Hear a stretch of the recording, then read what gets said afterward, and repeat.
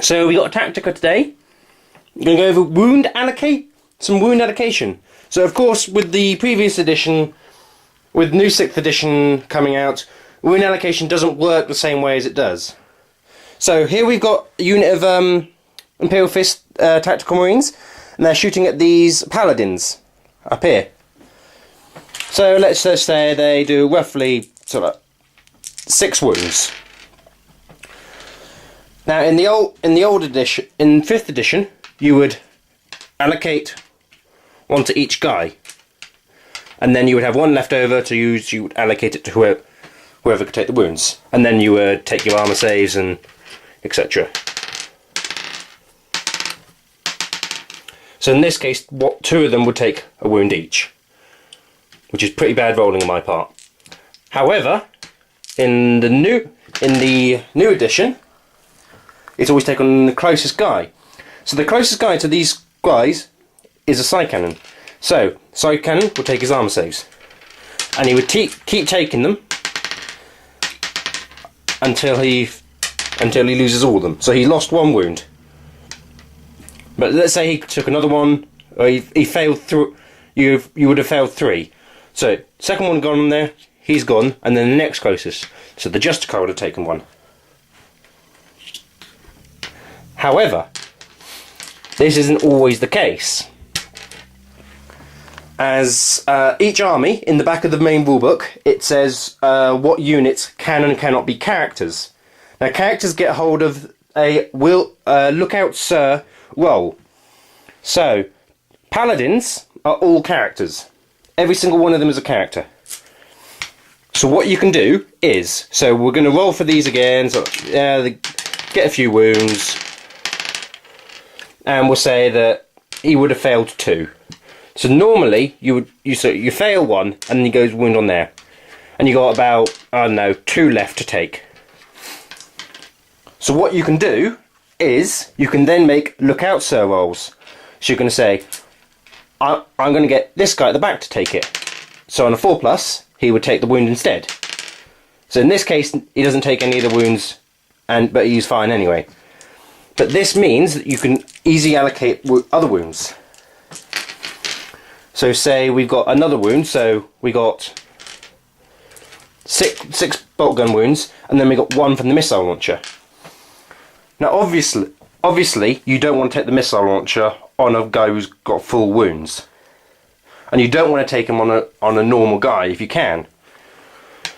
So what you'll do is, if in the previous turn, just grab some more dice here, you lost a wound on him and a wound on him, for example, and you got to take your missile launcher save. So it would go on him. It would be a 2+. However, what you can do is then you can pass it off to the guy at the back who's already taken a wound. So he Justicar jumps in the way, and if he rolls a 1, you only lose 1 wound opposed to 2 from when you would lose the other Paladin. Paladin, if I can get my words right. This would allow a lot of the units to stay alive when they normally wouldn't. This is also helpful because it's allocated to a model, which means that these 3 guys in a Paladin squad could all have the exact same war gear, yet you can still have one with each one with 1 wound. Whereas previously they would all have to have different war gear, so one would have to have no additional war gear, one would have mastercrafted bolt gun, and one would have to have a mastercrafted halberd, just to make them all different. Not the case anymore. This also works for orc knobs and whatnot. It also means that the orc knob units are going to get much cheaper. So normally you would take a 5-man knob unit, and you would have, so you want 2 power claws, a combi scorch, and you would take all these other different weapons just to make sure they all equip differently. Now it's not so much the case. So you take what you need, so probably something like 2, maybe 3 power claws, and then you can then use lookout sir rolls to allocate to someone else.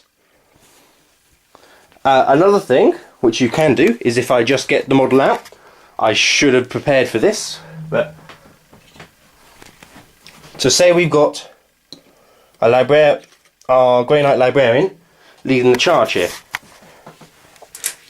So you would have to make the 6 wounds again and the 1 missile launcher.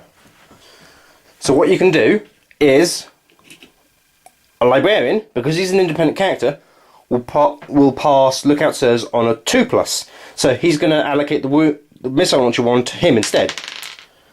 So it's passed, and the guy's fine. And you would do that without the same.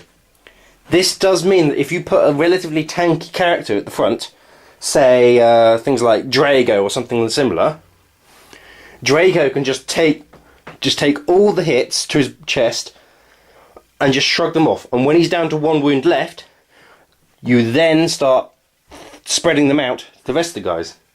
This gives you more guys to attack with later on. It also is an incredibly effective way of keeping your normal guys alive as well. So, for example, let's say that he's Drago. So we've got Drago in the back here. So they're taking about 4 las cannon shots from off screen here. So they're normally going to hit here. What you can do is you're going to get him to go. Your Drago is going to jump in the way. So on a 2+, he jumps in the way, and then takes the invulnerable save. So you do that for each one. So he jumps in the way of all of them, and he would have failed 2 in this case, which isn't that fantastic.